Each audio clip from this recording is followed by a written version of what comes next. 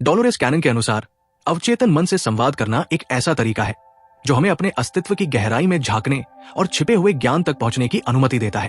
उन्होंने सम्मोहन की एक अनूठी तकनीक विकसित की जिसमें व्यक्ति को तंद्रा के सबसे गहरे स्तर, जिसे सोमनाम्बुलिस्टिक स्तर कहा जाता है, में ले जाया जाता है। ये वो अवस्था है जो चेतन मन के हस्तक्षेप को पूरी तरह से समाप्त कर देती है।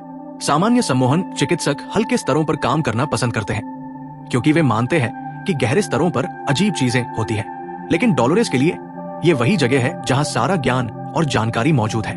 इस गहरे स्तर पर व्यक्ति अपने पिछले जन्मों में पूरी तरह से लीन हो जाता है, मानो वो समय यात्रा कर रहा हो। वे उस समयकाल के व्यक्ति बन जाते हैं और उनके वर्तमान जीवन का अस्तित्व मिट जाता है। ये केवल इतिहास जानने तक ही सीमित नहीं है। डोलोरेस ने पाया कि अवचेतन मन, जिसे वो अक्सर उच्चतर स्व, अध्यात्मा या सार्वभौमिक मन कहती है, हमारे शारीरिक और भावनात्मक मुद्दों के सभी उत्तर रखता है। ये मन का वो हिस्सा है जो मनोचिकित्सकों द्वारा परिभाषित शिशुवत अवचेतन से बहुत अलग है। ये एक विशाल बुद्धिमान शक्ति है जो सब कुछ जानती है। ये उच्चतर स्व हमें अक्सर शारीरिक दर्द या बीमारियों के माध्यम से संदेश देने की कोशिश करता है। पीठ का दर्द ये दर्शाता है कि व्यक्ति किसी भारी भावनात्मक बोझ को उठा रहा है। पैरों, घुटनों या कूल्हों की समस्याएं अक्सर तब आती है जब कोई व्यक्ति जीवन में एक चौराहे पर होता है और उसे कोई बड़ा निर्णय लेना होता है। शरीर का दाहिना भाग वर्तमान के मुद्दों को दर्शाता है, जबकि बायां भाग अतीत की उन बातों को दर्शाता है जिन्हें हमें छोड़ना होता है। यहाँ तक कि हाथों में गठिया भी कुछ ऐसा है जिसे हम कसकर पकड़े हुए हैं और छोड़ना नहीं चाहते।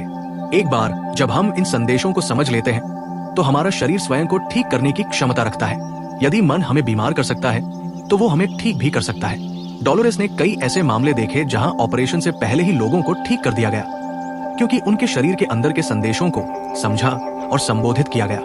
डोलोरेस के काम ने उन्हें न केवल व्यक्तिगत उपचार में बल्कि ब्रह्मांडीय ज्ञान की खोज में भी मदद की। उन्होंने पाया कि हम सभी स्रोत से उत्पन्न हुए हैं, जिसे हम ईश्वर कहते हैं। हम उसकी चेतना के छोटे छोटे अंश हैं जिन्हें ज्ञान इकट्ठा करने के लिए भेजा गया है।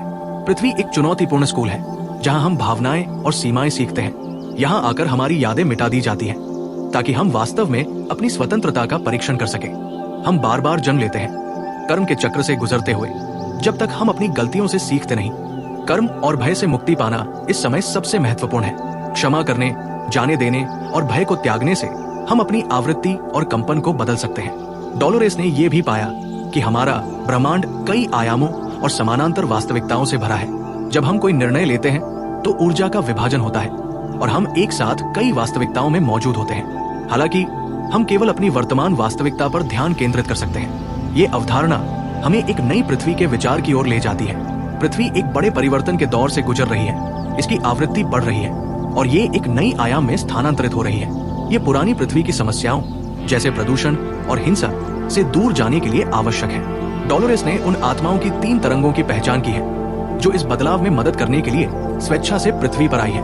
पहली लहर जो अब 40 और 50 के दशक में है को पृथ्वी पर सबसे कठिन समायोजन का सामना करना पड़ा। दूसरी लहर जो 20 और 30 के दशक में है ऊर्जा के लिए एक एंटीना के रूप में काम कर रही है और उन्हें समायोजित करना आसान लगा। तीसरी लहर नए बच्चे नई डीएनए संरचनाओं के साथ पैदा हो रहे हैं जो उन्हें इस नई आवृत्ति के अनुकूल होने में मदद करते हैं। ये परिवर्तन धीरे धीरे हो रहा है और हमारे शरीर भी इसके साथ तालमेल बिठाने के लिए अपनी आवृत्ति बदल रहे हैं। यही कारण है कि कई लोग अवर्णनीय शारीरिक लक्षणों का अनुभव कर रहे हैं, जैसे हृदय की धड़कन बढ़ना, जोड़ों का दर्द या अवसाद। ये शरीर के समायोजन के संकेत हैं। भविष्य में ये बदलाव अपनी चरम सीमा पर होगा। 2 पृथ्वी होंगी, एक पुरानी पृथ्वी अपने सभी संघर्षों के साथ और एक नई पृथ्वी जो शांतिपूर्ण और सुंदर होगी। जो अपनी कंपन आवृत्ति को बढ़ा चुके हैं वे नई पृथ्वी पर चले जाएंगे, जबकि अन्य पुरानी पर बने रहेंगे। नई पृथ्वी पर कोई बीमारी या मृत्यु नहीं होगी और हम अंततः ऊर्जा के शरीर में बदल जाएंगे। हमें ये याद रखना चाहिए कि हम अपने जीवन के निर्माता हैं। अपनी वास्तविकता बनाने की हमारी शक्ति असीमित है। अपने कर्मों को साफ करें, भय को छोड़ दें और अपने कंपन को बढ़ाएं। जैसा कि डोलोरेस कहती थी, अपने लिए सोचो, किसी भी बात पर आंख बंद करके विश्वास न करें। सवाल पूछें और अपने निष्कर्ष निकालें। इस बड़े बदलाव के लिए खुद को तैयार करें और एक नई बेहतर दुनिया में प्रवेश करने के लिए अपने भीतर की शक्ति को पहचानें। दूसरे भाग में हम समझाएंगे कि अपनी ऊर्जा को कैसे रूपांतरित करें और बीमारियों को कैसे ठीक करें।